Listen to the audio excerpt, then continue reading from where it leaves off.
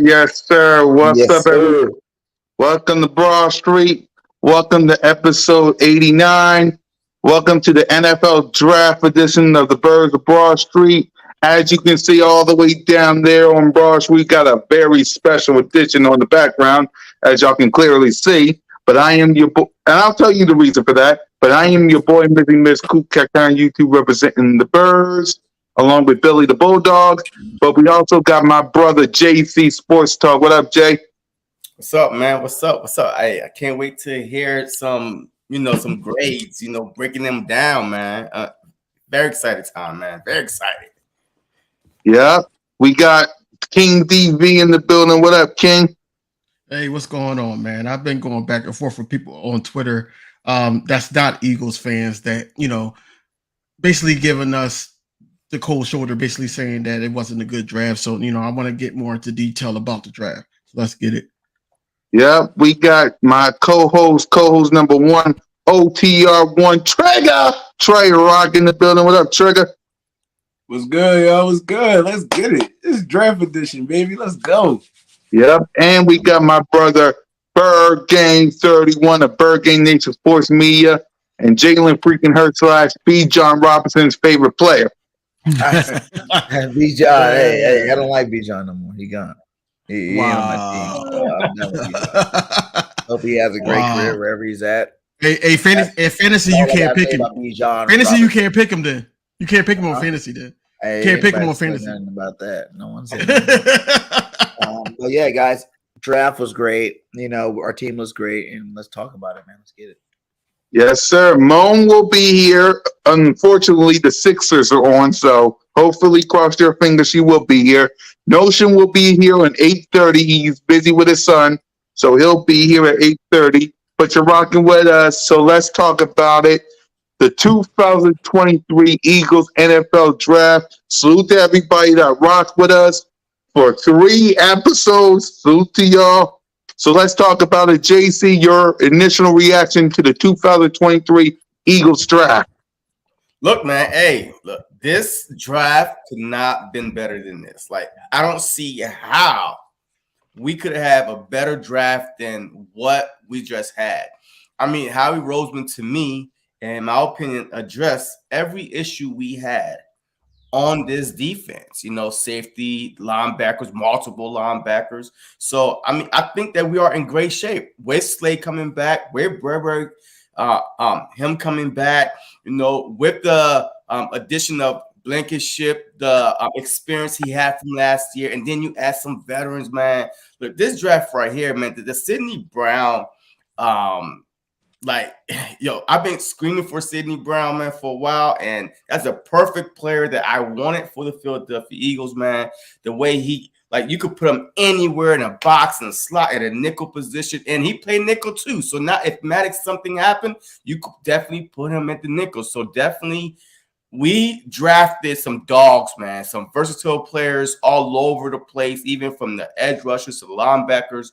So even Mojo, Jojo, whatever that, Joe Mo, whatever the hell his name is, I'm telling you right now, man, this dude is the dog, man. So I love the draft. I love every single last person that they picked, even that quarterback, which is ain't no factor to me.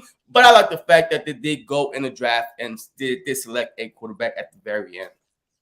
Yep. King? Man, I love the draft, man. I always was for defense. We've been back and forth on this, especially with BG, about offense or defense, and the defense prevailed. We didn't really get but 2 offensive players the whole draft. So it was just something to watch. It was something to watch. And they brought my man Nolan Smith here Also the trade made headlines, man. The trade for DeAndre Swift. And that's going to make us better on the offensive end, period. And a lot of people are saying, he was actually better than Miles Sanders. So I'm just waiting to see it on my team. I believe that Miles Sanders is better, but overall, man, it's an A++ for me for the draft, man. Yep. Trigger. For me, man, it's like King said, it's an A+ for me. It's like we addressed everything. I feel like we should have dipped into that linebacker pool a little bit more, but at least one time in the draft. But overall, it was a great draft. I give it an A+. Howie Roseman was cooking, man. All the experts, everything, they say that the Philadelphia Eagles had the best draft. So, listen, drafting really don't mean too much if they ain't producing on the field. So it's like, you could win the draft all you want to. That really don't matter to me. I want to see these dudes in pads. I want to see them going 100 miles per hour, stuff like that. So, it was a great draft. It was a great draft. But other than that, I feel like we won it. I feel like we're going to win the NFC East again, and we're going to make another deep playoff run because if you think about it, we lost Hargreaves. We replaced him with our first-round draft pick. I feel like he's going to kind of, Hargreaves was a veteran, but I feel like he can give similar production at that position right there. Bringing Edmonds over and drafting the safety from Illinois, same kind of production. Probably not as good as Gardner Johnson, but I feel like it's going to be a solid secondary again. Even bringing the corner in, man, because Darius Slay and Bradbury are getting old. Who knows? Can their body hold up another 17-game season? So it's great for the depth, and maybe Youngin could step in and make some plays if needed. So I feel like Howie addressed everything. Bringing Swift over there, bringing him back to Philly, man. I appreciate that one more than y'all even understand because I know where you're going with it. yeah, bro, he's a Philly. He come back, win a chip for the city, bro. Oh my God, that'd be something special. So listen, Howie Roseman nailed this draft. He actually went into this draft thinking about drafting players that actually made sense. Like it made sense in every category. It made sense. Even the quarterback thing. It's like, it's a long season. You probably gonna call on this dude to step in one of these games. Who knows? So I watched some of his film because I'm not even gonna lie to you. I didn't notice him or I didn't know nothing about him before Howie Roseman drafted him. So I went back. I watched this film and stuff. Dude got a cannon forearm. He played on a bad football team. Maybe he could be something. You put an O-line in front of him. So he addressed everything for real. Even after the draft, he addressed everything he needed to. So it was great for me. Burgang. Hey, these guys said it, man. It was a great draft out there. Howie did address a lot of needs. I was big on the Bijan train, obviously, you guys know, but we did get Swift, who's a pretty good Georgia Bulldog. It's the Philadelphia Bulldogs now, I guess. That's a new team name because we got so many studs from there. Even with Swift being from Georgia, all the Georgia guys we got from Ringo to, Jalen Carter to all these guys, man. Nolan Smith, like last year, Dean, Jordan Davis, man. We got a lot of ballers. Like they're young ballers. They got to come in and show that they can do what they got to do. And this team looking promising. I thought the team was good before the draft. Definitely after the draft, we definitely solidified that stamp as being the best team in the NFC. And I think the NFL. So we see how these guys come together. How we still got a lot of money left. So, we still got wiggle room to go trade for some players. So I'm interested in seeing what happens moving forward because I don't think this is it for this team. I think we're going to still build before that season starts. Yep. So let's go ahead and get this draft grade going. Round one grades. Let's start off with who we picked. Round one we got Georgia Bulldog. That's why the Bulldog is standing over there at the end of the screen. We got Jalen Carter, Bulldog, at number 9.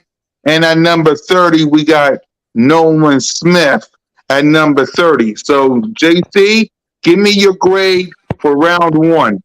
Yo, this was mind blowing to me. How the hell you get two guys like two guys in the top, like arguably top 13, maybe top 10, and you happen to sit there and wait to number 30 to pick Nolan Smith as one of the top edge rushers / linebackers in college football on a championship team.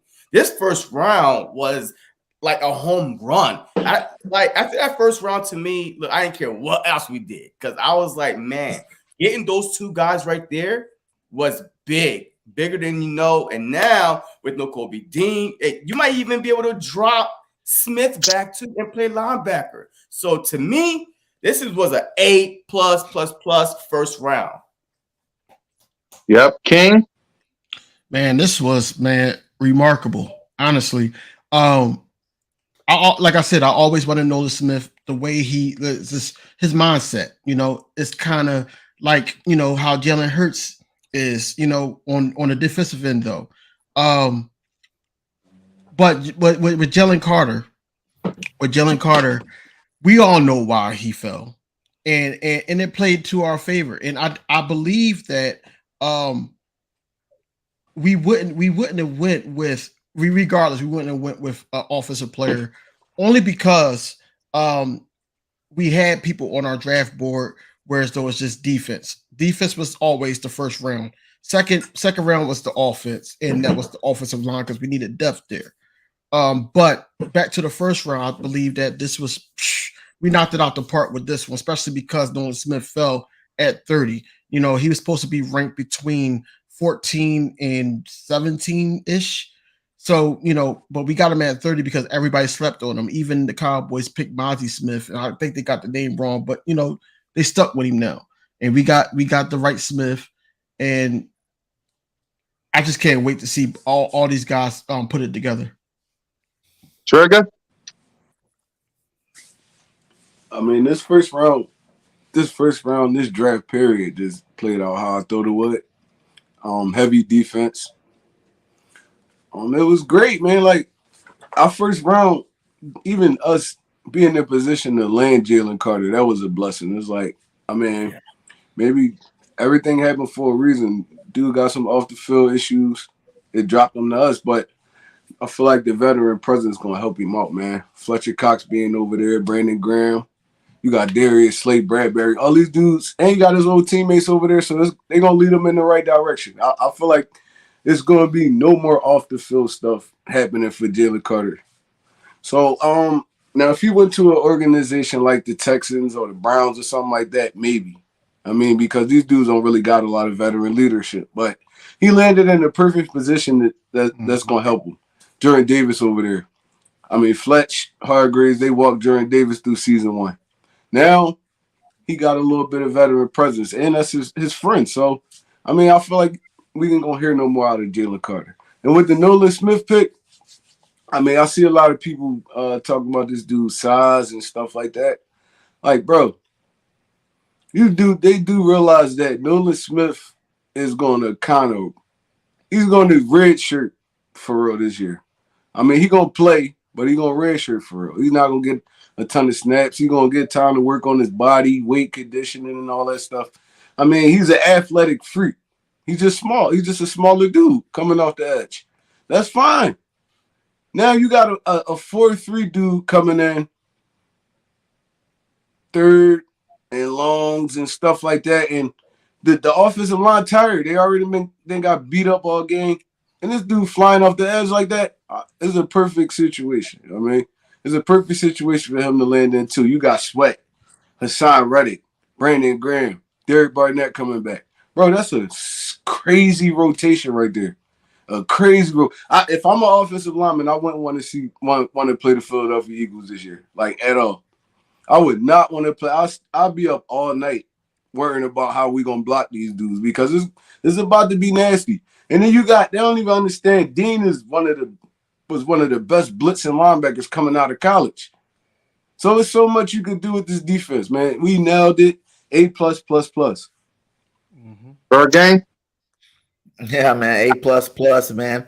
Just like I said with getting the whole Bijan thing, and I know how you guys don't feel like we would have ever got him. He did go a pick before us, so we didn't have no shot at getting him. I think it would have went either way. I think if Carter would have went 8, we would have got him. I tried to throw that out there. But Carter, man, he's Come a on, beast. big man. Him with Jordan Davis and the rest of his Georgia Bulldogs, that brings a whole nother culture, to the team. That brings a whole nother ease for these guys to come in and play at a high level real fast because they're used to playing with these boys. So, Nolan Smith, Carter, all these guys, I think they're going to go out there and they're going to play some good football right off the jump. I see Nolan probably, depending on if we run that 3-4, you got the 2 outside linebackers you have, Nolan Smith on one side, Hassan Reddick on the other side. That'd be crazy, right off the jump. It takes pressure. Being in a defense like this, it'll take pressure from him having to be a superstar. I think that's what takes pressure off for all these players on this defense. They don't have to be superstars. They just got to do their job. And as long as he does his job, stats and production is going to come because he's surrounded by nothing but Pro Bowlers and all pros. And this defense is really electric. And I think they're going to put some hurting on a lot of offenses this year. Yeah, for me, A+ as well. We got the defense that I wanted, what I needed and desired, because I pounded on the table on this show defense, and that's what we got. So we got Jalen Carter, we got Nolan Smith, we got a couple of Bulldogs. Salute the Georgia Bulldogs and the crew. Man, salute everybody that was at the link. Me, E-Rock Gale, Primetime Lucky, Evan, the whole crew, they was live with us. It was electric, man. So salute to Howie T. That's all I'm going to say. Salute to Howie T on a marvelous draft round 1. So let's go to round 3. Because round 3, we didn't do anything in round 2, but round 3, we got some good ones. We got Tyler Steen, and we got Sidney Brown. So wait, didn't we draft Steen in the second? Yeah, we got Steen in the second. Did we? Yeah. That was the last pick of the second or pick. Yeah, we got number 65 overall. Yeah. I could have sworn that was round 3. No, it was 2. It was the end of okay. round 2. We went back to back, so does that mean that we win? There's some multiple teams that had, I guess, 2 first. I don't know, man. But No. You right. We traded back. Remember? Yeah. So he was round 3. Back to back. So I guess we had back to back 65 and 66. Yeah, I was right. Yeah, so Sidney Brown round 3 and Tyler Steen at round 3. Go ahead, JC. Grades. Look, hey, I know a lot of people saying that the Philadelphia Eagles did not draft no offense, blah, blah, blah, blah, blah. But look, we didn't really lose anybody, man. Look, I'm sorry, man. Samalu, okay. Hey, I get it. He was all right. Guard, whatever. But we already had his replacement. If not, it's easy to get one in to put in between Kelsey and Lane Johnson. So I'm okay with that. But as far as the offensive line pick from Bama, man, this dude only gave up 2 sacks this whole senior season, playing in an SEC over 469 snaps, man. This dude is versatile. Again, matter of fact, I'm calling it right now. Listen to this. He might be the starter at the right guard. At his pro day, he was, as I think the Senior Bowl, he was the right guard. So he played left tackle in Vanderbilt. This dude never missed a start 2 straight years, 19 to 21, and then transferred to Bama. And still, this dude only gave up in the new system, only gave up 2 sacks at left tackle, over 469 snaps. This dude might be our right tackle, man. I'm telling you, you could put him at either, but he's not going to start over Mariota. So you might as well just train him at right guard. And maybe you might be able to let Jurgens sit back again and wait another year. But either way, you are in great position. So I love the pick, especially early in the late second, early third. And then the Sidney Brown, man. This dude is a ball hog, man. I love his style of play. You could put him anywhere. Even if he's not starting at safety, you still could put him on the field. This dude got a neck for the ball, and he is about to go headhunting, man. Big-time playmaker at Illinois, so Big Ten guy. So But look, I love it. So I give this third round an A. King? So I'm all for like in the trenches, O-line. That depth has to be there, man, because we acquire so much injury there. I have to go against JC what he said. I think that Cam Jurgens would be the best bet to start off the season because you give more time to build Tyler Steen up. I think that if he's not doing a good job, then you try Steen out, especially because he's a second rounder. But it gives our O-line coach to What did Jurgens do to automatically deserve the right guard? I don't get but listen, he was already trained to do that. I don't get what he was trying to play Listen, bro, ain't nobody not right guard. It really versatile, but right, but it's nobody behind Cam Jurgens if he's playing right guard. If he beat Jurgens, he beat him out. If he beat him out, then he beat him out. But what I'm saying, all Mac gonna say, Jurgens, here you go. When he's our future center, so why not? Like, why even risk that anyway? So no, but I didn't agree with what I didn't agree with. What you said was when you said you want him to sit out a whole nother year. Like, what if Kelsey don't get hurt? Like, he needs to see the field. He needs to. But anyway, we need more O-line depth. That's all I'm saying. One. Number two, Sidney Brown. Sidney Brown, JC put me on him. I believe that this guy's going to be a dog. He's going to battle.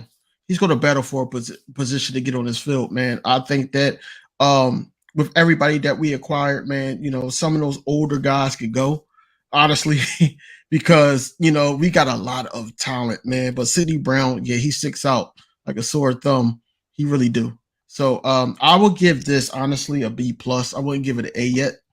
I'll give that a B plus because I feel like that we touched on both positions, and then also Sidney Brown, took it up a notch, for me. But yeah, B plus would be my grade. Hey, real quick, if you look at Brown's tape, man, he remind me of Avonte Maddox, man.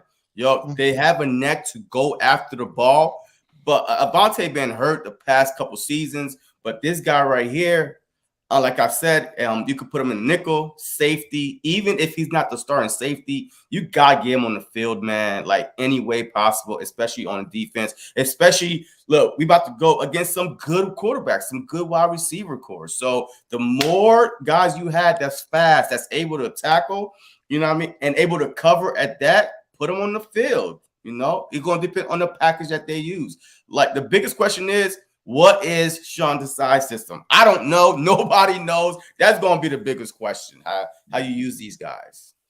Thanks. Trigger? All right, for me, I gotta give it a B. Like I said, it was still some great linebackers on the board. I feel like we should have went in a different direction than right guard. You could find linemen. Like, you could find linemen, free agency, stuff like that. And we got one of the greatest lineman coaches in the NFL. So he gonna have them ready to play football. I feel like our linebacker core is weak.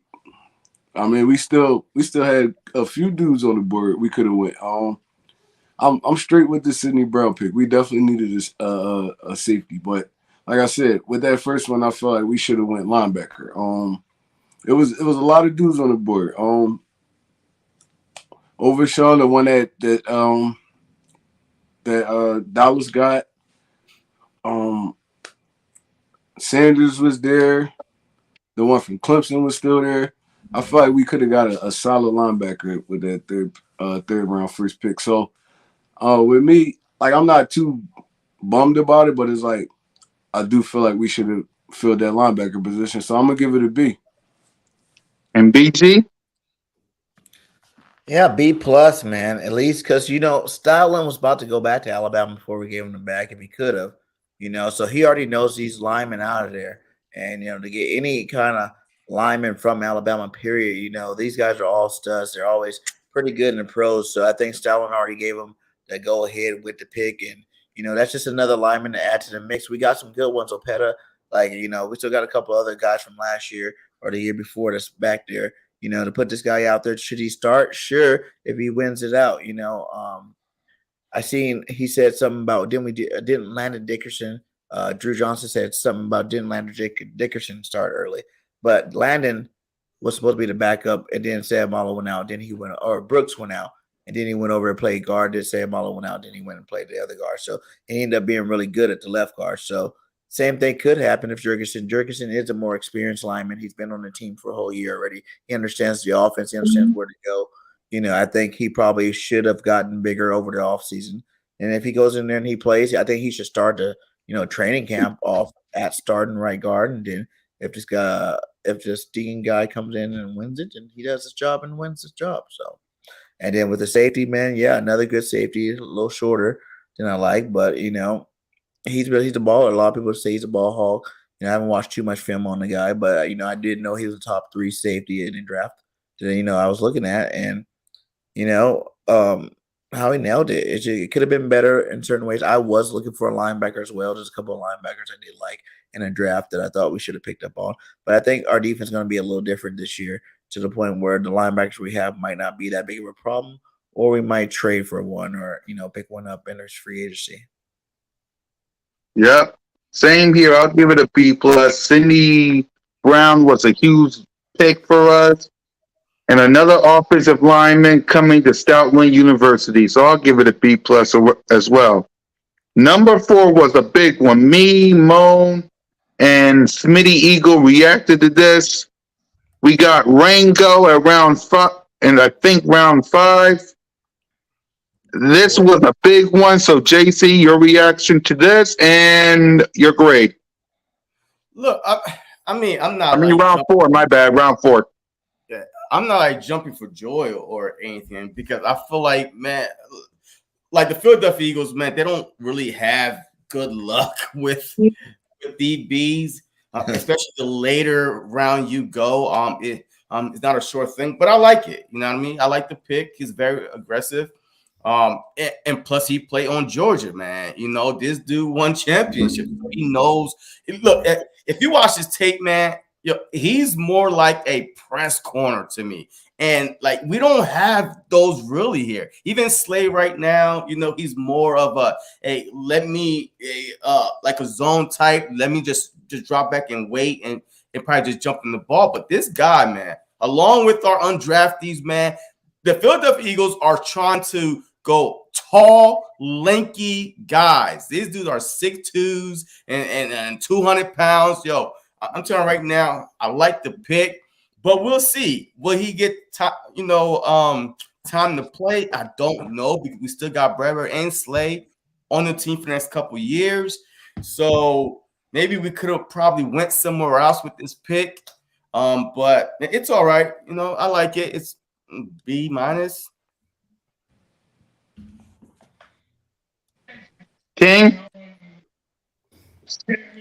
Man, so basically I was watching before the draft when Darius Slade got re-signed, our extension, I should say. He was basically saying that he's at his point where he's 32 years old. He wants to start training guys to be, well prepared for the NFL. I think Kelly Ringo is one of those guys. I really believe that, he might be the red shirt out of all the Georgia Bulldogs that got drafted this go around. But at the same time, injuries happen. I wouldn't put it past him to play a game or two in the season. Also, look, he's a ball hawk.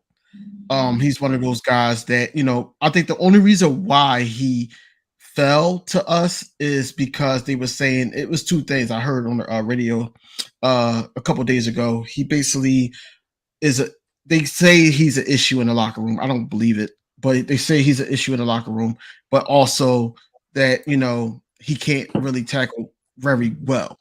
So they saying that he dropped because of those 2 things in sports radio in Philadelphia. But, I think that, we just got to give this guy a chance. I think that he's going to ball out, especially because he knows he got brotherhood on his team. So, I give this pick probably a B. I give him a B. Trigger. All right, so for all those who like play football, I mean, bro, when you got dudes in front of you that been doing this for years, it makes your job way easier when you actually do gotta get on the field because you can sit back, study. And it's not even just Darius Slay and Bradbury. He got Greedy Williams over there. Greedy Williams got a lot of NFL experience. Vontae Maddox got a lot of NFL experience. He's just sitting. He really could be a sponge at this point. And if we never even need dude to come in and play football, that's a plus right now. He can sit back, play a little bit of special teams, be around just these dudes at practice. It's like, bro, this will make great cornerbacks. And people don't even understand that. This will make great cornerbacks. You see dudes going through war. You learn from their mistakes. It's like, bro, like we don't give people time to develop no more in the NFL. We don't, like, at all. The dudes that step on the field, they won, they fortunate, but there's a lot of dudes under them that just sitting back studying. This is the perfect scenario for Keely Ringo. Like, as a person, as a player, it's like you get to sit back and watch these dudes go to war. And it ain't no pressure on you to come in and start. Day one, it's like, bro, this what you ask for when you get drafted. It's like, unless you about to be out there making the big bucks and you don't got nobody in front of you to even help you learn. Like, everybody can't be Sauce Gardner. Everybody can't be the cornerback from Denver, Surtain. Everybody can't beat them. This is the perfect scenario for this dude, and this is a perfect draft pick because he's young. We're gonna need him in the future, and we don't gotta use him right now. So I'll get his draft pick an A plus. So wait, Okay. hold on. Hey, Go ahead, now, go ahead, Jason. Go ahead, Jason. Hey, all right. So, Rob, so do you have faith in our defensive back coaches? Because we had McPherson there when Slay been there, and he can't even get on the field. Like, he acting like every time he go on the field, man, he take a step backwards. So we have McPherson there that can't get on the field. Who else we got? Man, what's that one dude, man? Wallace. He can't go on the field. Talking Like, about Doc Job. So how much faith we have in our defensive back coach able to develop these guys? I know that Slay is there, Bradbury is there learning, but it seems like it's not a learning thing because these guys been on there and they're not learning nothing to me. Every time they go on the field, man, we screaming to get them off the field.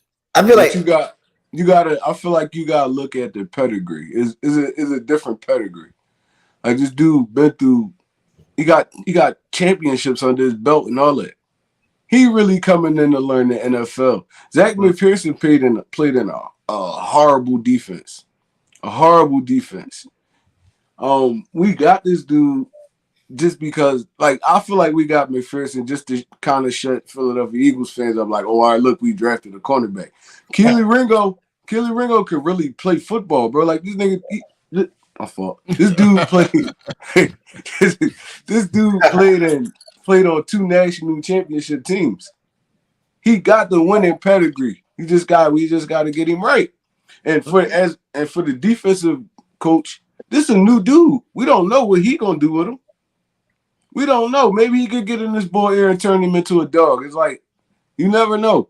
It's a whole new defense, whole new defensive coordinator, whole new defensive scheme period. So, I mean, everything will wait and see. But like I said, he got the opportunity to just sit back and watch right now. He's not even going to be the 5th corner. It's going to be Slay, Maddox, Bradbury, Greedy Williams, and he's going to be fighting probably with McPherson and them for like that 5th spot on the roster. So, I mean, this is a great situation for Youngie. And to add on that, I was just gonna say too, like, we had 3 of the best corners in the game, man. Like, you don't get too much PT when those guys are healthy. Just throwing people in spot work here and there. You don't really get to see their true talents unless they had, playing time more than a quarter or two. I know we took our starters out a couple of games last year. You got to see McPherson get on the field. It wasn't great. It wasn't, you know what I'm saying? Like, it wasn't the best, but he's also not playing with the best talent either. So, I don't know. I think McPherson is going to get better too. Another year in the system, and it's going to get better for him. And, you know, this guy, Ringo, for me, that's an A-plus pick, man. A lot of people had this guy in the first 2 rounds. You know, he did get hurt at the end last year a little bit. But other than that, like this dude, like you said, he came on the best defense ever in college football. You know, when they say the best defense ever in college football, they didn't say besides the cornerback spot. You know, this guy's a winner. He's a baller. He's been balling. He's played against all the best receivers over the last couple of years and did a great job against them. So it's just, I thought Ringo was going to go in the second round, to be honest. I thought, you know, having my mock drafts, I kind of picked him up in the second round. And that was way early compared to what he got drafted in the fourth. But, you know, he's a stud. And I think, like they say, like playing behind Darius Slay, Bradbury, you know, learning from Maddox, and even Job. You know, I think Job's gonna make some noise this year and make a push to get some PT this year too. You know, he's from Alabama, so we got a receiver cornerback room that's definitely a lot better than it was last year, and I can't wait to see what happens with it. All right, so my question for y'all is this. All right, let's just say we did not resign Bradbury. You know, of course, we got What up, Philly Mike? and we got Slade to stay. Are y'all comfortable with any of these other DBs on the roster to go into a season with if you're that comfortable? I don't feel like we would have waited that long to draft a corner if that was the case. Yeah, I feel like we would have went corner earlier. yeah, Gonzalez or one of those. Like guys. I said, Rango he is still, bro. He a stud, big dude. He can play man. He can play press coverage. You can move him to safety. Like it's like, bro, it's a lot you could do with this dude. Now, kind of a different scenario. If one of our safeties, 2, 3 of our safeties go down, you can easily slide this dude to the safety position. He'll be productive right there too. So, I mean, he really like this was a pick on some like, all right, well, he there. It really was that kind of pick, like he there. I didn't expect him to slide this far. It was one of those picks. So, I mean, like I said, he could sit back, be a sponge, and if we need him, I feel like he'll come in and ball if we need him. Mind you, all the other corners, a lot of the corners we draft be 5'9", 5'10". Yeah, bro, he a big dude. Like you can't teach size.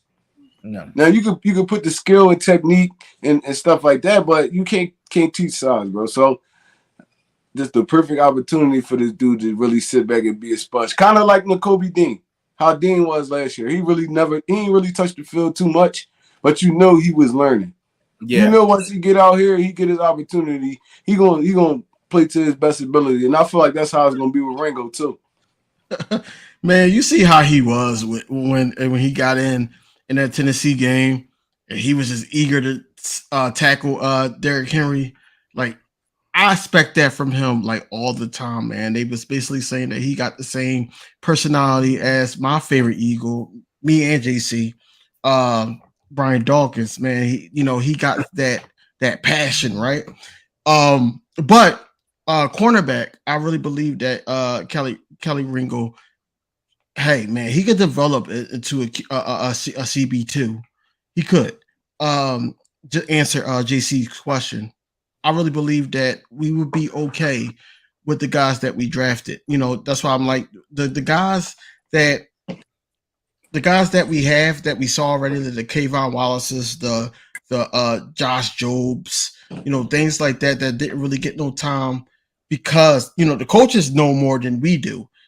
And if they're not getting the time, especially if people are hurt, things like that, then like, what are we doing? Like, we drafted these guys for them to see the field.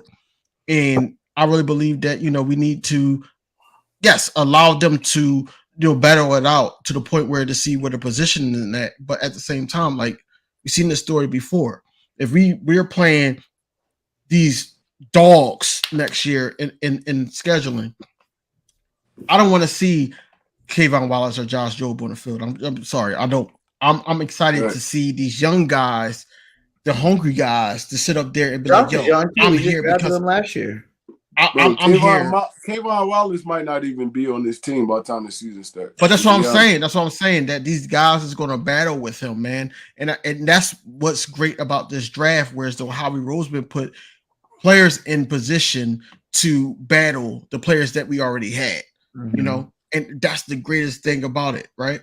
So I really believe that Kelly Ringo would be a good CB2.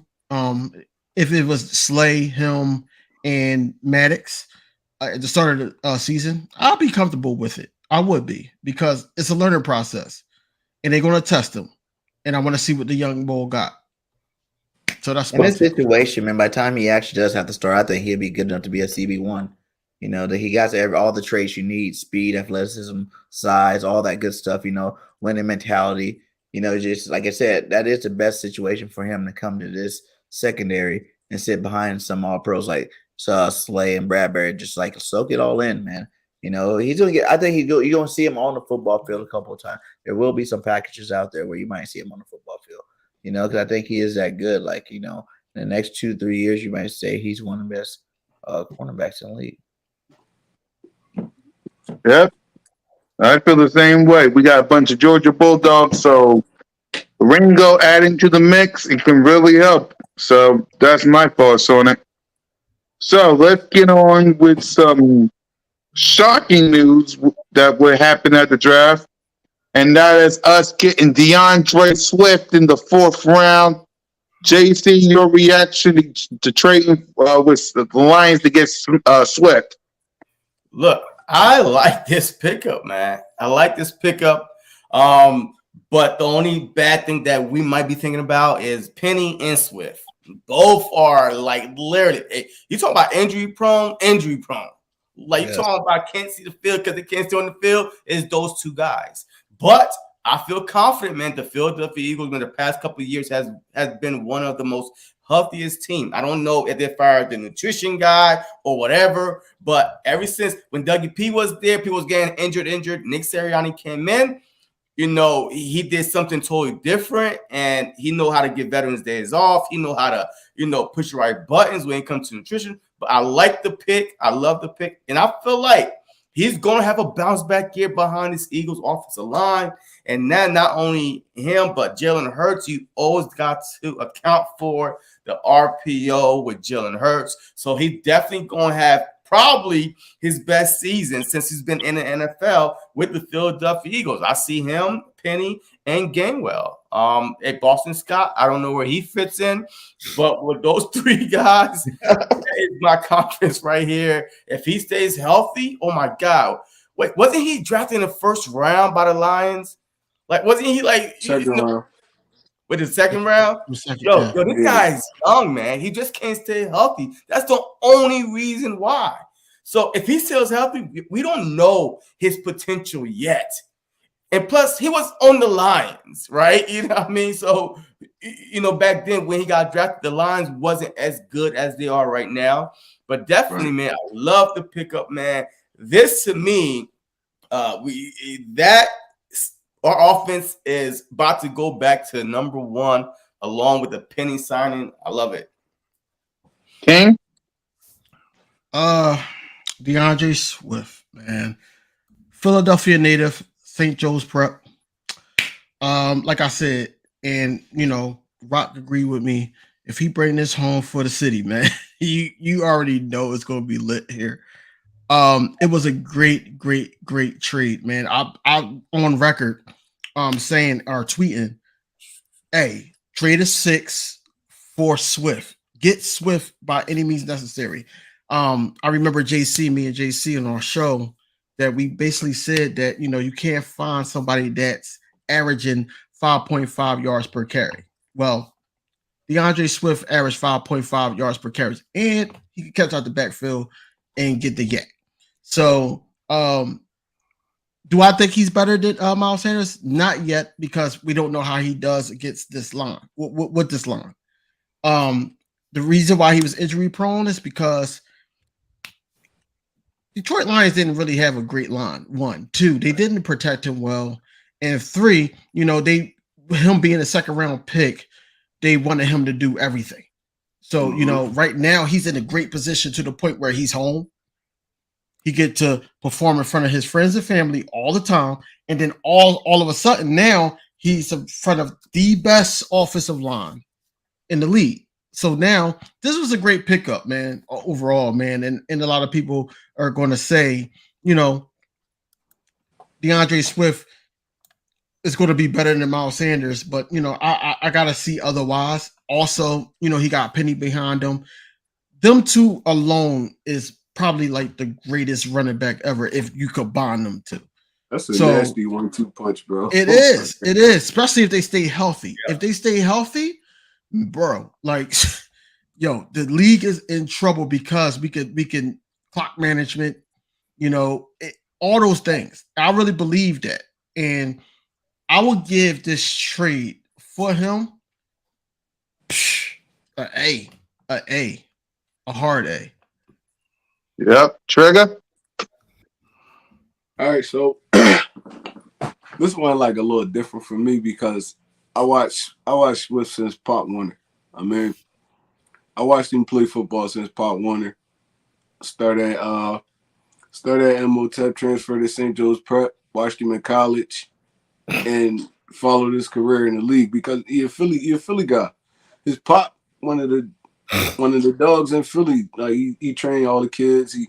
He got his own gym and stuff like, bro. They did a lot for this city, so I followed him. Injury prone. Let's kind of talk about injury prone right now. What is injury prone? Like you prone to injuries, right? That's like fluke ones, even a fluke ones. I know people saying that last year he missed like 4 games, 3 games, whatever, but he only had 99 like carries, man. Like 99 carries compared to 262 to Jamal Williams. For some odd reason, they wasn't giving him the rock.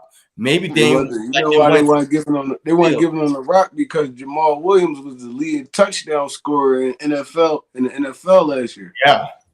So you got to kind of play the background. You got to feed the high hand. But all right, so in my opinion, 95, 96% of the running backs in the NFL are injury prone. If we saying it that way, name one running back that played an entire season in the last 2 to 3 years, besides like Derrick Henry, and he was hurt last year. He didn't last year. He didn't. Yeah, he was hurt last year, but that was kind of an outlier. He's been healthy for the most part, but I mean, all the running backs we call dogs, they all injury prone. If we putting it that way, Christian McCaffrey, Dalvin Cook, Alvin Kamara, Saquon Barkley, yeah, Pollard, all these dudes, Miles Sanders, all these dudes injury prone. All of them. This is running back. You getting hit every play. None of these dudes gonna play 17 games. I promise you, they not. So, this dude, he about to come over here and eat, bro. He about to come over here and eat. You seen what he did behind that Georgia offensive line? He was splitting carries with like 3 other dogs. So, bro, he gonna come over here. He gonna eat. Penny gonna eat. Gainwell gonna eat. And you know why they gonna eat? Because our quarterback can run the football. It's gonna be different. He gonna be put in so many one-on-one situations, and I think he gonna win them. Because what you got to do? What's your first objective? Stop Jalen Hurts from running, right? Mm-hmm. We stop Jalen Hurts from running. Now you got Swift, Penny, Gainwell back there. They can make somebody miss. They gonna make them linebackers miss. In the offense we run, we freezing the linebackers anyway. So they got an advantage from the rip. So I feel like he about to come over here and he gonna eat. He in a contract gear. He motivated. He gonna come over here and eat, bro. This is an A+ trade. And I know a lot of people don't really follow the trade all like that. So it's like y'all don't really see what this dude do for that football team. Like he come out the backfield, he can block, he catch out the backfield, he run hard.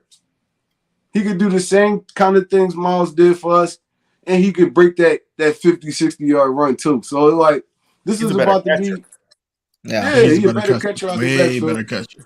Mm-hmm. This is about to be nasty, bro. People don't even understand what's going on, yo. It's gonna be trouble.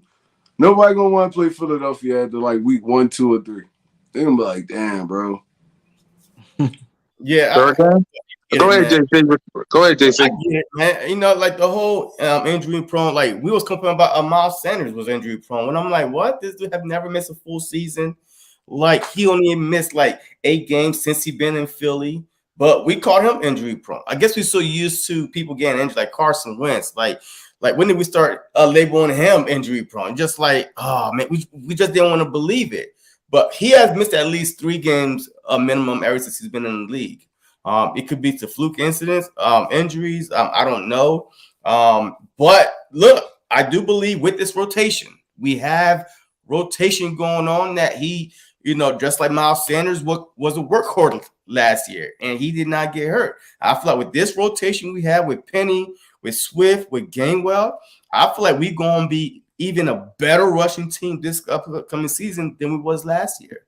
Because we have more power and more shiftiness in a backfield. And to answer your question, JC, when you was talking about Boston Scott, I really believe he's just going to be like a kick returner, punt returner until we get some type of injury, and then he's going to be in the lineup. And then what's going on with Trey, man? Like Trey Sermon, what's up? I think it's over with him. Trey ain't getting no burn. He ain't getting no burn on this team. I'm sorry. I broke him. I'm sorry. I broke him up. On with Trey Sermon. That one great. What was it? He's gonna be a camp body, and then he's gonna be on somebody else's team Trey next year. Sermon's career. And the thing is, this upcoming season, man, we won't know who's making the team until one cut. It's one cut this season. It's one cut this upcoming year. So you're gonna go from 90, like to what's like what? Well, that's 52. Yeah, like 52, right? Yeah. Yeah, so that's gonna be crazy. Like you don't know who's gonna get cut. I mean, the only thing you're gonna be to here is who's doing good in training camp, or you think is doing good in training camp. But that's gonna be the most fascinating training camp ever, because you ain't gonna be able to believe nothing. The sure thing, you don't know. Right. Third game. I like it. 53 men at one time, baby. Let's get it going. Knock them out. It's gonna be nice. But Swift, man, like straight up, I understand the label, like you said, just the injury prone. Like Rock says, everybody's always injured. It's the NFL. These guys get hit a lot, and they did have Williams over there. But the thing is, like the biggest things I'll say is, he's one of the better dual threat running backs in the league, period. And we do need that dual threat type running back as opposed to just a runner or passer. So, what I'm saying, it keeps the defense honest. You don't know what he's going to do when he's in a football game. That's one plus. 2 is he's a Georgia Bulldog too, guys. I know these guys are younger than him, but he's still part of the sorority, the little frat bar, the brotherhood. He goes back to Georgia every year. You always see Swift at Georgia games, doing his thing. So he knows these guys, and that's just more family, around you. What I'm saying? Like you said, and for 3, he is from Philadelphia. Okay, so now you brought the home roots with the college roots. You got a lot of support there, my friend. And I think we will see the best, not only because like the Lions did have a good offensive line. What I'm saying? They were top 5 last year, but this offensive line, we have a better offense in general, not just the offensive line. It's always easy to go good offensive line, good running. But you got to realize we have some of the best receivers in the game. We got one of the best tight ends in the game. We got the best quarterback in the game. We have a legit offense that he's going to come into with the support, with all the hype behind it, and him coming home. Like you said, new situation. He might not get hurt like with Penny, the rest of these guys. Who knows how he can still go trade or, do something for another running back down the road. But it kind of reminds me of that whole LeGarrette Blount with what's his name? Ajayi type move, with the Penny and a Swift. You kind of got one of each kind. And we're going to see what we can do. We roll with those guys. I'm down with it. Would have had like Bijan, of course. But I didn't get him. I didn't get him. So, like I said, I've never been opposed to Swift. And like you said, whenever he was in a football game, he's lit up. He's had some really big games in the NFL. What I'm saying? He's not no scrub that's out there. He's actually one of the better talents in the league. So I'm happy with it. I give it an A+ too. It's a good move. We needed a running back. I was so mad. Like, we didn't get a running back. What's going on? We see some of the good college running backs get drafted in the draft. But like, why didn't we get him? But we did get Swift in that. Kind of like last year, he went the veteran approach. Instead of, he didn't draft the receiver last year with all the good receivers. He got A.J. Brown. This year he didn't draft a running back. He went and got Swift. So Howie does his thing. I trust Howie, whatever he's doing. So A+ move. Yeah, let's just say in round 1, BG was not happy, y'all. Let's just say that.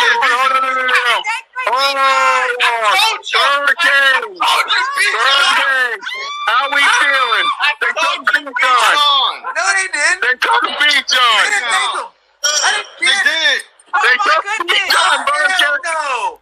They took B-John, Burger. How you feeling? He's not to Atlanta. I called him a long time ago. No. They don't need a running back. B-John. Burger, Oh, man. Hey, Howie, you gotta trade up and get Jalen Carter, Howie. They took your That's boy, all right. Burger. That's all right. We'll go ahead and get Carter then, you know? That was. Go ahead, I was BG. kinda pissed off, though. Let's react to that. Go ahead, BG. I Talk love this, about man. B-John in I was Atlanta. right there, one pick away. Bijan on the Eagles, feeling good about myself. Thinking That's we're about not to go true, do the man. move That's that's not going to make the true. move That's happen. I'm telling him it's not true. I don't And think then that what Howie happened? picked. But you know what? To be honest, like if it was a running back needy team, you know what I'm saying? Like some team that really needed a running back, I wouldn't even mind. Like whatever, I get it, I understand. But Atlanta, they had a 1,000-yard back last year. You know, they just drafted who's young, talented, who knows how good he can be. You know, and they went out and drafted another running back. That kind of pissed me off. I ain't gonna lie about it. I was really pissed off about the situation. So, you know, like I said, it is what it is. Bijan's over there, you know, in Atlanta, losing football games, and you know we got Jalen Carter, so it worked out. Yep. JC. I mean, look, Carter all day. We got Carter. Bijan, won't even matter to me, man. It is what it is. I don't think that we needed to draft him that high. But look how we made up for it. You know, I mean, we got Swift, we got Carter, we got Nolan Smith. So we got like a lot of players in this draft. I can't even complain about no Bijan being anywhere else. I could care less. Yep. King. And Bijan is where he needs He's to be. He's there He needs to be in in Philly. Atlanta. No, Okay. he shouldn't have been in Philly. Yeah, he First of should've. all, I would have rather. I'm Okay, on record. Bijan or Swift? Who would you rather have? Swift. Be honest. Swift. Be honest. Bijan or Swift. Swift? If you I'm could being have honest. Bijan I or said it Swift. 3 times, bro. I'd rather have Swift. Here's why. Hell Because no. you're sitting up there saying that Bijan, right? It's on record that he didn't really play against anybody. He really didn't play against anybody, and he played in the NFL like Swift did. 1, 2. It's a different type of passion when you running and you're playing for your home team. I would rather have Swift than him. That sounds good. And he's a dual threat. He's a dual threat running back. Whereas though, you know, Bijan has some issues. He's a dual threat running back. Did you not catches- see all the down catches- and go passes? Bijan on the I sideline? watched his tape, bro. Don't give Come me on. that. We're not going to do. Nah. Bijan's Anyway, way better. He's a better Anyway, prospect. He always was better, and he would have been better. He's not on our team, so we can't talk about it. And I root for Swift. Let's go, Swift. Do your job. But he's not better than Bijan. Come on now. all right.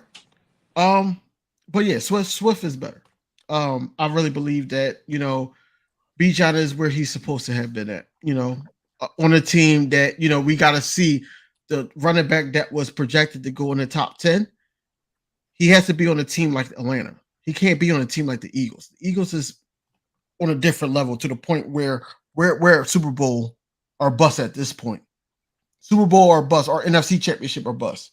You know, I don't see Bijan being the only back that can get us over that hump.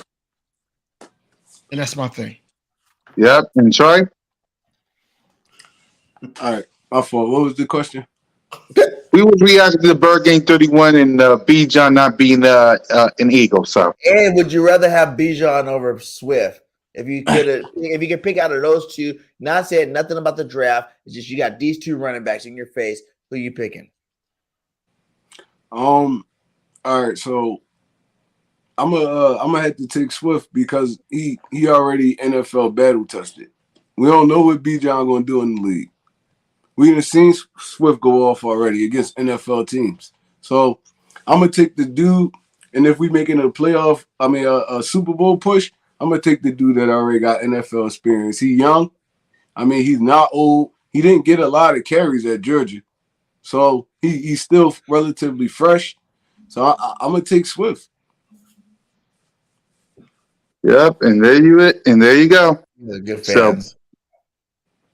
It is what it is, Birkin. He's in Atlanta. Let's move on. He's in Atlanta. I've been So with let's him. go. I like Jalen, man. Jalen's good. Yep. So let's go ahead and next up on the picks, we got pick number 6, Taylor Mackey, a quarterback. So JC, your reaction and grade. Man, look, I'm gonna save you a lot of time. I don't know. No, I don't As know a matter nothing. of fact, never mind. Let's move on. Let's move on. So let's move on from me. Maybe one Trey, he knows better than me, but I don't know nothing about him, so I just give it a block. I don't know I nothing wanna about use it dude either. I'm not even gonna lie to you. I don't know nothing about him. I looked him Never up heard in of the the guy draft. before. So for that grade, we'll just give incomplete. We'll just give that grade incomplete because none of us know who the heck that guy is. Ian better watch out. Ian better watch out because he's gonna be No, QB3. Ian Book probably gone. Yeah, Go ahead, Birkin. If you want to talk about this, go ahead. Like Dank says, he's tall and he got a strong arm. This guy, if the Eagles didn't get him in the 7th, they got him in the 6th, he must be worth something. You could have waited a whole nother round and got him in the 7th round if he was trash. So I don't know who the guy is. I mean, he pushing 6'7", man. Like, dude's probably gonna be a good quarterback in the NFL. Who knows? Right, not for the Eagles, but he's gonna be a good quarterback. Woo! Exactly. And look, remember, we did bring in, we did sign Marcus Mariota. So to me, it's just like this guy is just probably maybe a trade bait type quarterback, maybe a couple of years. I don't know, man. But I think we only got Marcus for a year, so we're hoping hoping we can have to change him alone to be our backup next year. I think we're gonna show him off in the preseason, and then we're gonna shop him for real. For real. I just think Mariota's going to be with us for 1 year, so you got to have a cheap backup coming around the corner. So, but I don't feel like he fit this offense though. So that's what I'm saying. But think about that though, guys. You guys say that right, and I know it would be awesome to get a guy where you don't have to change your offense and go. If Jalen, knock on wood, I'm not even going to say it out loud, but think about it. Carson Wentz and Nick Foles were not the same quarterback.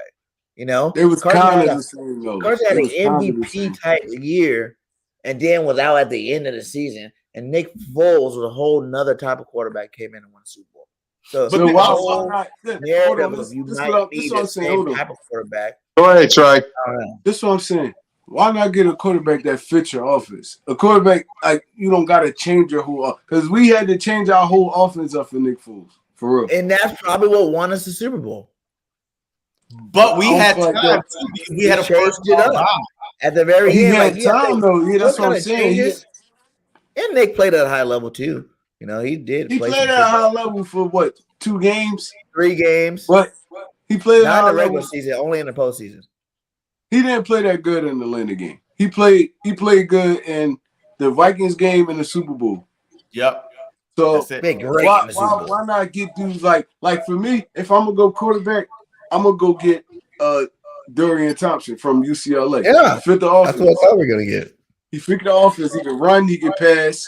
You don't got to switch the offense up too much. But you understand what I'm saying about that? Like we literally won our Super Bowl by switching up like that late in the season. Like if I know that could vary. Like what happened if you had to do it earlier?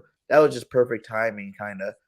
Like Nick sucked the first 2 games he played. He was trash. But BGA, you can't even compare that and tore it up.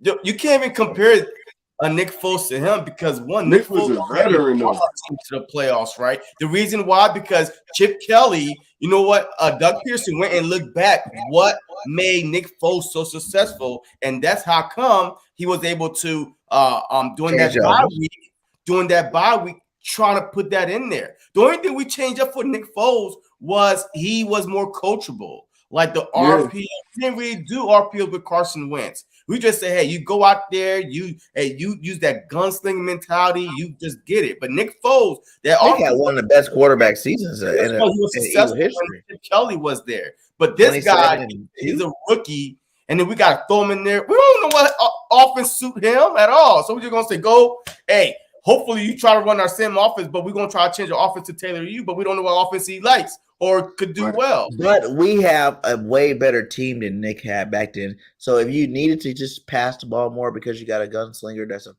got a strong arm and you can see down the field, yeah, I think we can do that because we got AJ Brown, Smitty, and all the rest of these But a receivers. strong arm mean nothing without like accuracy or No, man, I'm just trying to understanding talk about of the the guy. offense. I just talk about the guy somehow. Like we can't just skip over nobody. We gotta give him some kind of love. He is 6th rounder. I don't even know this guy. But He's I'm not just even trying to gonna say really touch the that field. could be something down the future, man. Exactly. I feel like he trade bait. So what you giving? What grade you giving this pick? Incomplete. Like I said at the beginning when we opened the show, I feel like we could have went defense there. So we could have went linebacker or something like that. So I get this one right here like a C-, to be honest. C-. All right. Mm-hmm. Exactly. So Okay. yeah. So all right, let's go ahead and the final draft pick.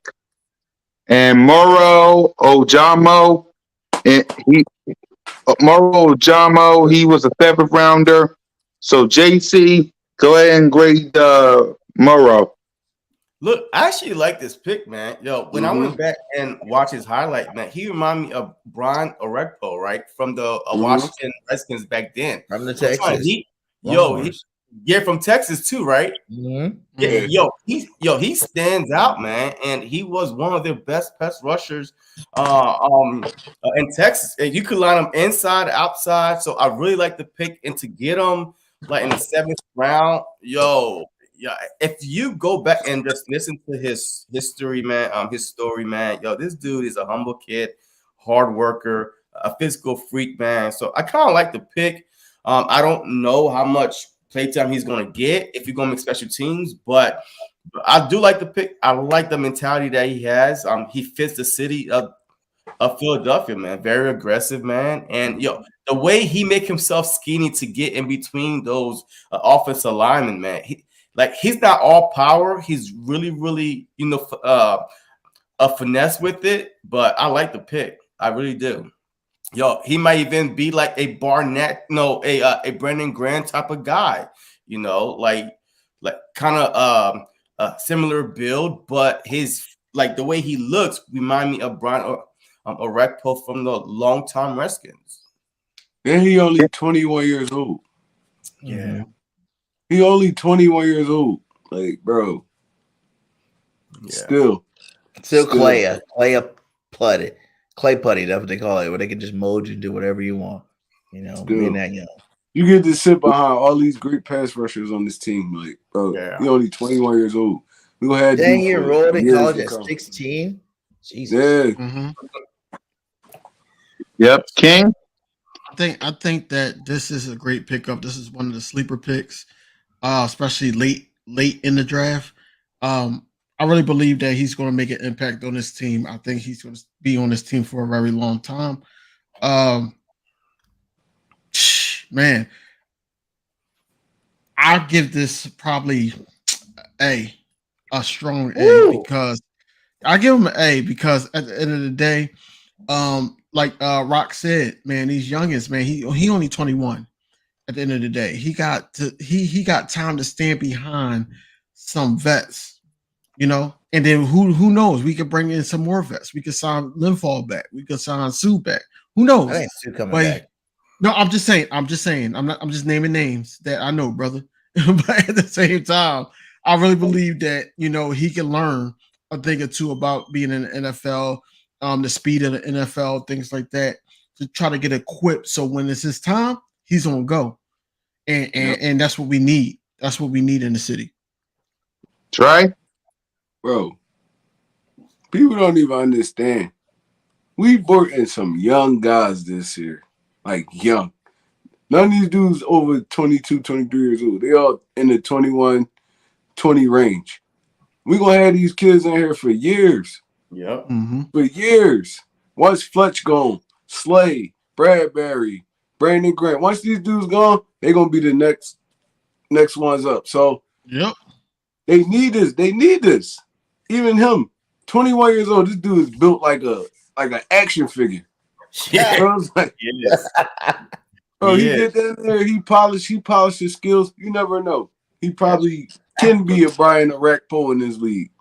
He probably can be a Williams in his league. He probably can be one of those dudes. He could sit there and soak it up. You got Fletch, Hassan Reddick, Josh Sweat. You got all these dudes sitting in front of you, bro. You just sit back watching. We don't have to use you right now. You learning. We don't gotta worry about the body thing because dude already cut like he cut like a fresh chicken. But I mean, bro, it's like it's crazy. Howard Roseman did his thing with this draft, bro. He did his thing with this draft, and these gonna be the players that we're gonna depend on for the next couple years. So I mean, I'm fine with this. I get this one right here. I get this one like a B+, A-. Yep. Nice. BG. B+. You know, you guys talked about it already. Like, I can't really say too much more about the guy. You know, I did hear, like, you know, he had a high motor. And, you know, like I said, how he's been drafting people for the future. You know, even the Jordan Davis pick last year was for the future this year. It's like, I like the way he's kind of changing over to these younger guys and kind of looking at it like, okay, I'm going to get them this year, even though they might not make any kind of impact this year. But next year, the year after, it's a possibility we can get some good football out of these guys. So I think he's one of those type players, you know, because I'm even looking out for Milton Williams to ball out this year, you know. So, you know, he could be your next Milton. We'll give him 2-3 years down the road. He could be our future starter. But for now, you know what I'm saying? We chase Mr. Diesel over there, and we'll put him in that rotation and see what he can do. Yep. Before we give Howie Roseman grade, I see Big Simple in the chat, and all I gotta say is, Cowboys won. Eagles won. The Giants even won, and we can't win nothing. We can't win nothing. Bless her heart. Bless her heart. Oh my God. that's what I gotta say to Big Simple. That's what I gotta say to Big Simple. So let's go ahead and grade Howie Roseman. A++ for me for old Howie T. Oh Howie T. So Howie Roseman gets an A+ for me. Go ahead, JC, our general manager. Look, before we even give Howard a plus, man, yo, these undrafted free agents, man, that we picked That's what I'm trying to get attacked. Yeah, go ahead. Before we talk about Howie Roseman, go ahead and talk about the grades for the undrafted. Yeah, look, I'm going to tell you right now, there's 3 guys that stand out to me, man. Both of them are DBs, by the way, but then there's the wide receiver. Definitely, I got the Mekhi Gardner from LSU, man. This dude's 6'2", I believe, 212. Big physical corner, by the way. But there's one thing I hate about him. He tried to tackle with that lean with it. The shoulder. The shoulder. I like that. But I'm telling right now, he is lanky, he is tall, he's long, and he's aggressive. Once again, he plays man up with you, press defense. And I do like Eli Ricks, man, from Alabama, man. Another 6'2" guy, 188, a little bit lighter. But I'm telling you, man, this dude, man, he's everywhere on the field, and he could play man straight up. But I do like this one wide receiver, though. I have to talk Joseph Nagata from Clemson, man, 6'3", 217. He remind me instantly. I'm like, wow, he's gonna be battling with Quez Watkins for the slot position. But this dude, he's a perfect slot guy for us. If Quez whatever don't show up and ball out, he catches the ball with his hand. He snatches the ball out the air. That's one thing that I do see with them in Clemson. But yes, he has some competition, some injuries. That's why, you know, at one point he was considered a 4- or 5-star recruit coming out of high school, man. You know, Alabama wanted him. They had a lot of top college wanted him, but he chose to go to Clemson just to stay closer to home. But overall, man, I like those 2 DBs. One thing I'm noticing, length with the DBs. All right, I don't know if we transition to Seattle or Dallas, what type of mindset, or that Sean Desai type of guys, right? That might be his type of guys. But I love those 2 DBs and that wide receiver, definitely. So I love the undrafted free agent class that we got. Yo, can't y'all see, like, I don't know if it's just me, but can't y'all see kind of how this defense going to be rolling just by who we drafted and who we brought back? I feel like it's going to be an aggressive, get in your face type defense. Exactly. I mean, bro, I can't wait. Yeah, and Desai didn't even speak a word yet, and I kind of could figure Really? out. I kind of could figure out what kind you bringing in all these big 6'2", But if you 6'3" see, corners and stuff. Bro, you trying to get in dudes' faces. You try to play bump bro, and run press He need to coverage. say something. He need to say no, something. he don't. Yeah, I think he Listen, does. hear me out. Say something to me. For you. But I don't think he needs to because the way his scheme is, this is why we went and got Georgia guys. What I really scheme? believe. What game? We don't know. If you look the at way his his scheme, scheme if you is, look we don't at even know some what of his his schemes scheme from is. Chicago, listen, from Chicago and from Seattle. If you look at some of the tape, it works the same way. You just gotta He have was the no defensive personnel. coordinator there. He You was gotta like have the. a TV's coach or something. It don't even matter, bro. It don't even matter. You don't trust him? I don't know. I'm just saying though, the players that we picked up, the players that we brought back, you could kind of read in between the lines. Like this gonna be an aggressive defense. It's gonna be aggressive. Yeah, it's gonna be aggressive. You can tell. Bringing in a Nolan Smith. Nolan Smith gonna be that jack of all trades for you.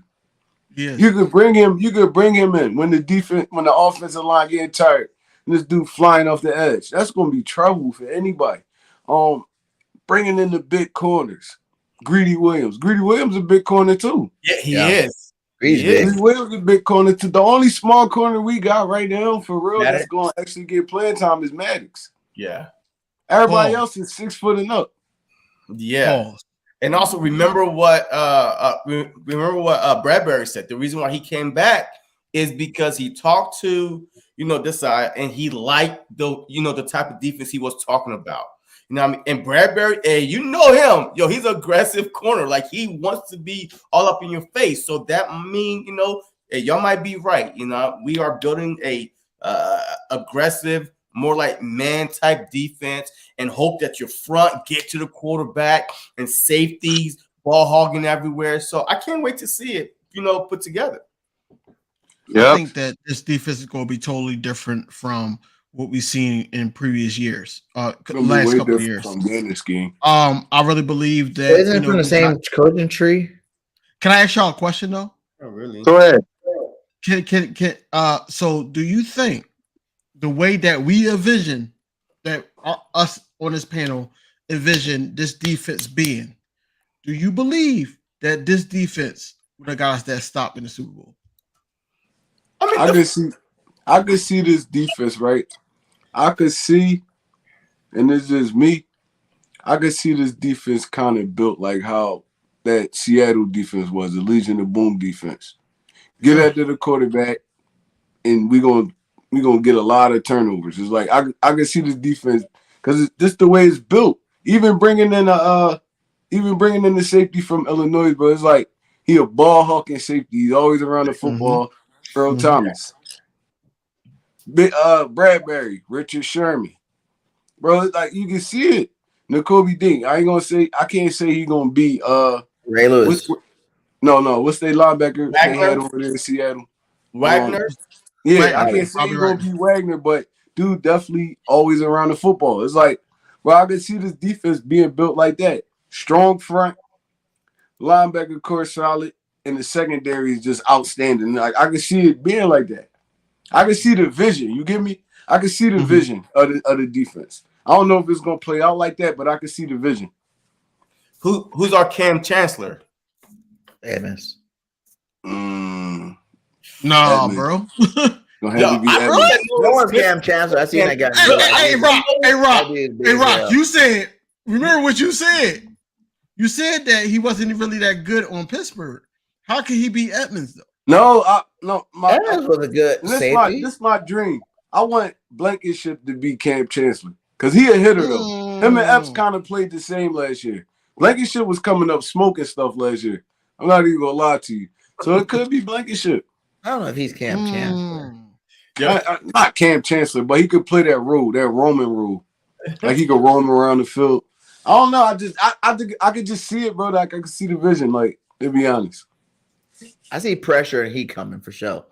We about to get after that quarterback. We're gonna be a lot more aggressive than last year. I can see that part, but I just think that was just all part of the program in general. Even if we would have kept our Gannon, he would have been more aggressive. Like you just seen it that's was the one glaring need on the defense is that we need to be a little bit less of that zoning stuff and more of the aggressive stuff because the aggressive stuff's kind of what put us in those in those games where we're really blowing teams out because we're really aggressive in those games. So it was the next level. Hopefully the guy comes in smart with this game plan. Like you said, I would love to have a Legion of Boom style defense out there. I think we need a couple more bigger players though to be that boom. They have some big players in that Legion of Boom defense. That was nice. But Yeah. I just want to throw this in there. I want to throw this in there real quick. Yeah. The Sixers is giving Boston a game without Embiid. Yo, bro. it's tied up, bro. It's tied up. I'm Bro, looking at they it. is out here hooping, It's bro. tied One up. thing I I'm not noticed, even gonna lie. though, I've been watching the game the whole stream. Like they really be hooping right now. See, one thing I noticed, man, the Sixers are faster. They run faster without Embiid on the floor. And That's they don't facts. have That's to facts. That's facts, And they bro. don't have Embiid to worry slow about- Embiid slow the You gotta game set it down. What up. up, I ain't gonna Mom? lie. Enjoy He's the a half- Sixers game, sis. he's a- I know. Enjoy the he's a- he's Sixers a- game, sis. He's a half court. He's a half court player, so of course The it's going only- to be better. Than The only thing that we missing when he off the field is that presence in the paint. 'Cause interior. They going right at us in the paint. I ain't even gonna lie to Talk you. about it. But how much is he inside anyway? Like every time I look at y'all, No, on defense, he always No, down on there. defense, bro, not Yeah. offense. Yeah, who y'all Don't try to yelling at? No, Damn, I'm yelling at you because you're a Nets Oh, fan. yeah. You're a Nets fan. damn, I know you're Because you're a Nets fan. Is you a I Nets am. fan? I am. Yup. I'm drinking wine. Bro, but I'm they emotional. giving Boston I'm a in the game, building. bro. Maxey going I'm in the off, building. Harden doing his thing, Tobias going off, Yeah, Milton Harden going is off. doing his thing. Yeah, and Maxey, he's doing his thing too, man. But I noticed that. No, he's not. Yeah, I mean, look, y'all might give Boston a run for them, or they might underestimate y'all because y'all didn't have Embiid. Yeah, let's go to the next topic, Cool Cat. Oh yeah, we were talking undrafted free agents. We was talking about undrafted free agents and giving out grades. Yeah. So go ahead, King. We already talked. Man. No, Yeah, I didn't. Y'all didn't talk about the undrafted free agents because JC did. JC Yeah. wanted to talk about him. Nobody care about no undrafted free agents. Right? No, I like Nada. I like. Yeah, Listen. I have watched. I like Rick. I like Rick. Shut down corner. And that being He said, said King. he's healthy. He said He's a King, man. bro. We gotta talk. All right. All right. Go ahead, King. Go ahead. Wait, all right. That's all I No, have. Sorry, go ahead, King. Joseph Nada, I like him. Right as of right now, as it stands, that he's the highest paid undrafted free agent right now. I really believe Nada, Joseph Nada, Oh, wide receiver. So he's big. He can catch in route. So I really believe that he's probably gonna be like wide receiver 5, just in case like somebody gets hurt. But I like him because we got the dude. What's his name from the Falcons that we picked up? The wide receiver guy. I think he's going to be number 4 because he's going to be the one that's going to be in running for wide receiver 3. Hold on, Mo, who you talking? You What'd talking you about say? me, Mo? Hold on, my fault, kid. My fault, kid. Now she's talking about Go me. You know, I'm trying to. Hey, look, I'm trying to ignore. I'm trying to ignore Simone's question here. You know what I mean? A little fender bender, man. You already text Cool Cat, man. You know what I mean? So I'm sorry. All right. But why you stood us up tonight? Because the Sixers game on, and listen, look, sis is a fan. I'm watching it while I'm on with y'all, but I gotta make this video afterwards though. So she's a fan. Simone, why you think her name? Why you think her name is with the sports? She's not just a football person. It's with the sports. Yeah, She talk about every sport. Period. Exactly. So go ahead. All right. So go ahead. Wrap up about the undrafted team. I like the two, and I also like the pickup with Trevor Reed, the old lineman. Man, like I said, we cannot have not enough O-line depth. So, I can't even grade that, but because we don't know what they're gonna do with this team. But I think they're gonna battle. Yeah. So, all right, let's go ahead and grade Howie. Go ahead, JC. Howie Roseman. Yeah, I gave him a plus draft, man. You know what I mean? Because I feel like that, in my opinion, a lot of people saying, "Well, we didn't go offense. We didn't need offense." I mean, and then when we did address offense, we hit a home run with the Swift trade and with the O line from Alabama. Mhm. I think that he's gonna push Jurgens for right guard position. You are hearing it first. He's gonna push Jurgens to start at right guard, and I think that Swift is an automatically a day one starter with Penny. But it's a plus draft for me. You know, we addressed the safety position. You know, on top of the guys that we brought in. The linebacker, I know that one trade saying the linebacker thing. I get it, but man, if you got dogs all over the field, man, that's willing to stick their neck in it, I mean, we don't need no top Pro Bowl linebacker. I mean, TJ Edwards, he was our best one, and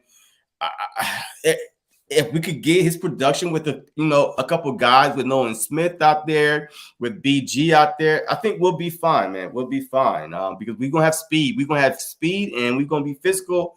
And our defensive front, I believe, have the opportunity to even be better this upcoming season, man. With the emerge of Davis, I don't think we need to go out and bring Sue back or Joseph back. I think that the guys we have and the guy we drafted will be good enough to stop the run and also get after the quarterback. So definitely an A+ draft for me. One of the best drafts I've seen in a long time because we got 2 top 10, 2 top 13 players in the first round.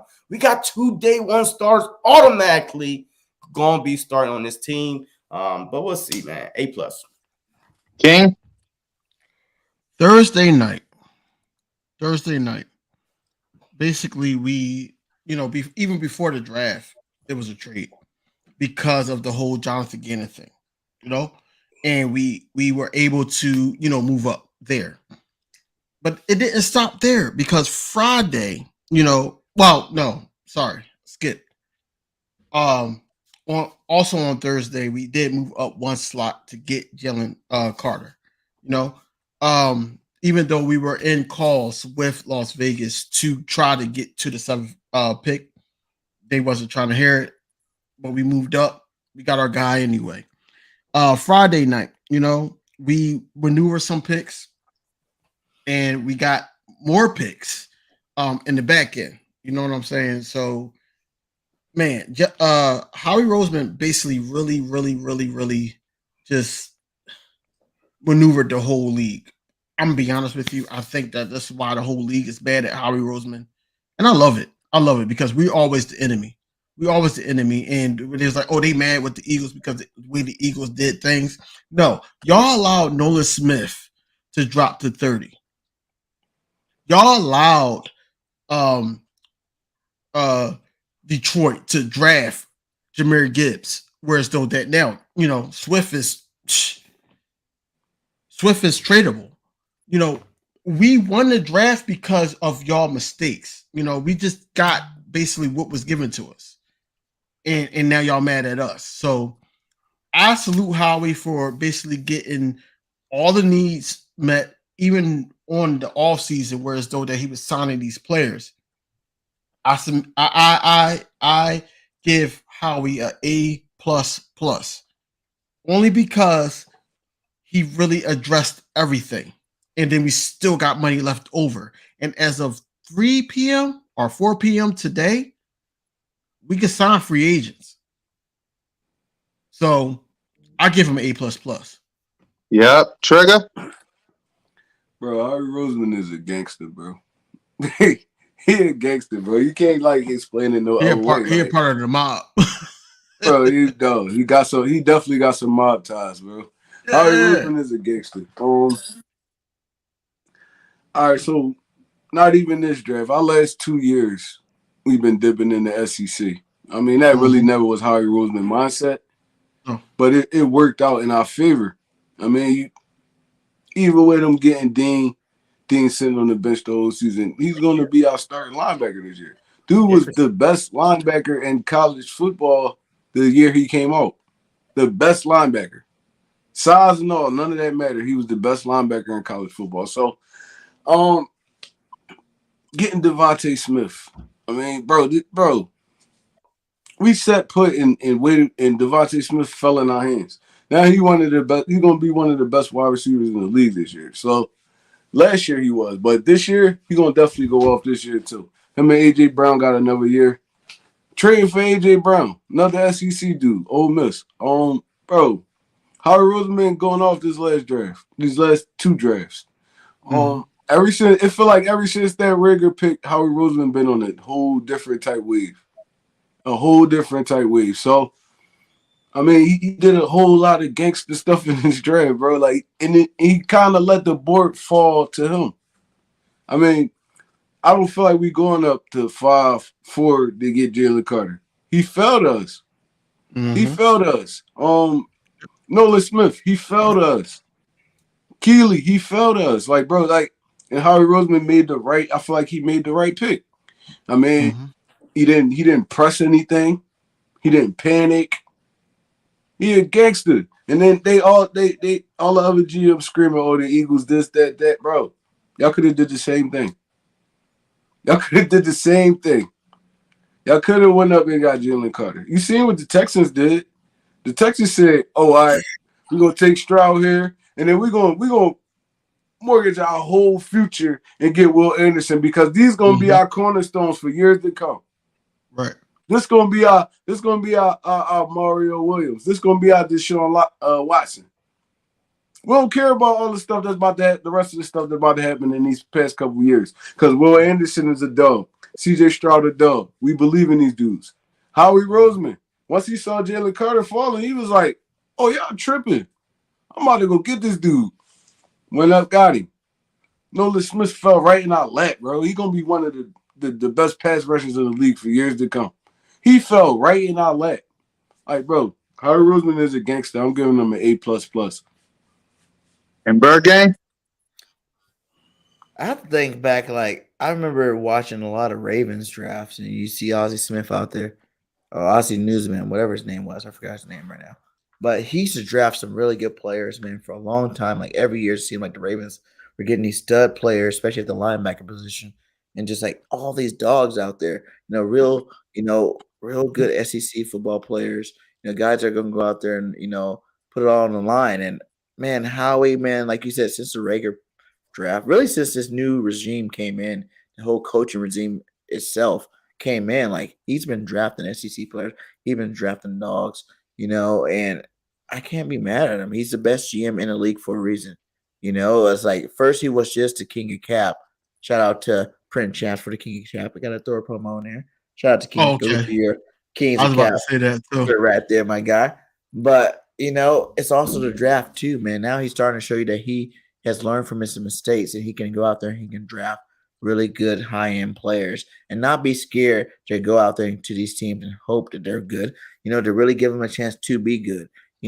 This draft was unlike any other draft. Jalen Carter would have normally went to a shitty team, and he probably would have been good, like a Dominican Sue type good, but never won nothing.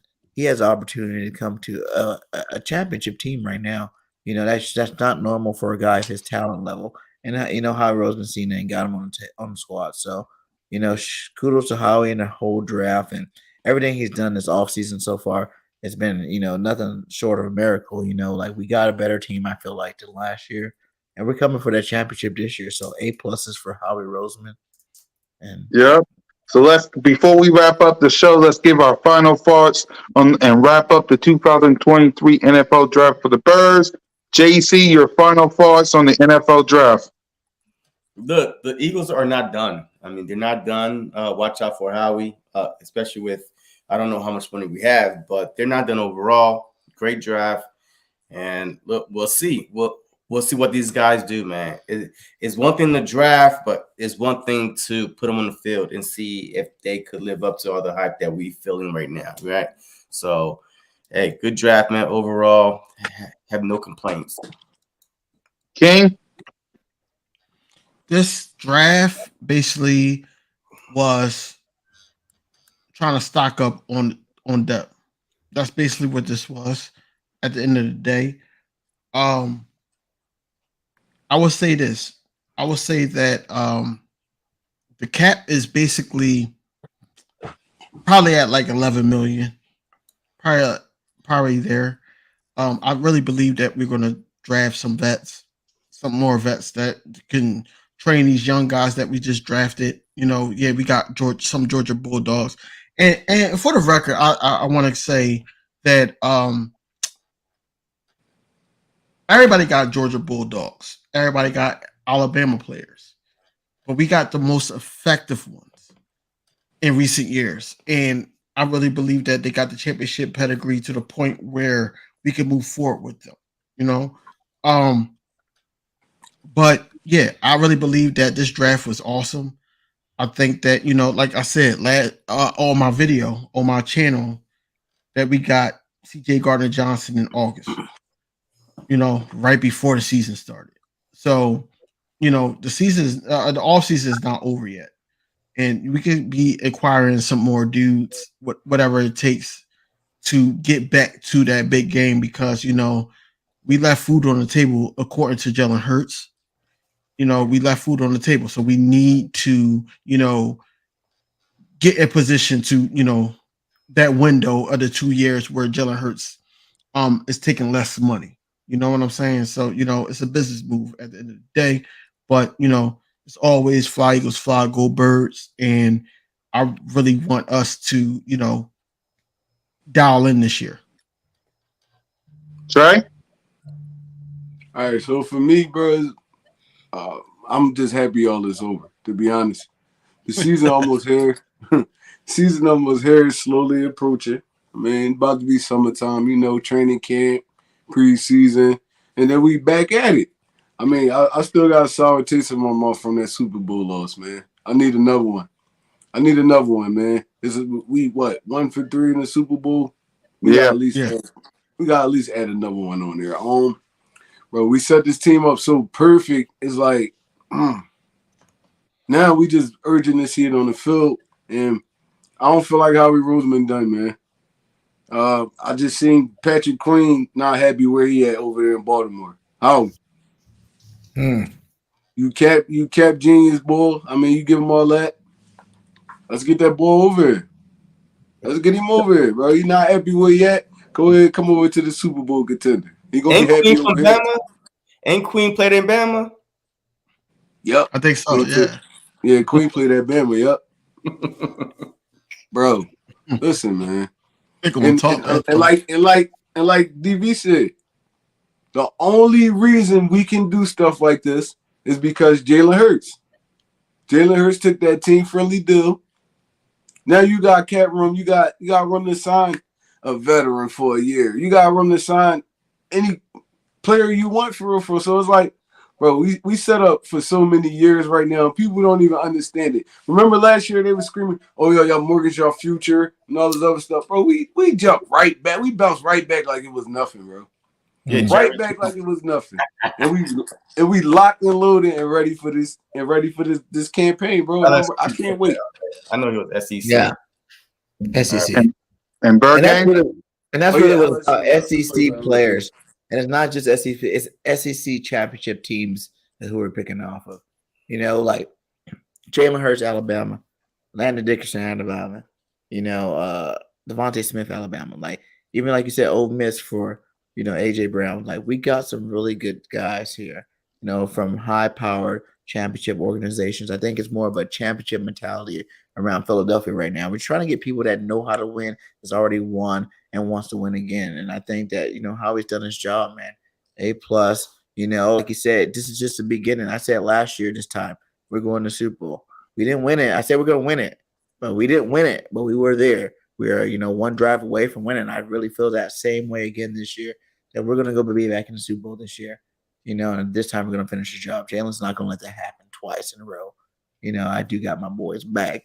This is a hurt season thing over here. So, great draft, man. I'm glad it's out of the way now. We can just focus on, whatever free agents we have to focus on and getting the guys trained up, getting ready for the season. So, season's going to be here it's right around the corner, and I can't wait to see what these Eagles do on the football field. Exactly. For me, Howie T did Howie T things. Let's keep it going this off season. Next week, we're going to be counting down to the NFL schedule. Let's see who we get in week 1. And man, we might do a special reacting to this. So we'll see if all the crew was free that day, May 11th. So we'll let you guys know. But guys, thanks for tuning in for the show. For Simone, Nosha Gang, Trigger Trey, BG, JC, and King DV, it's your boy Mizzy Miz Kukak on YouTube representing the birds. And don't piss off Billy. We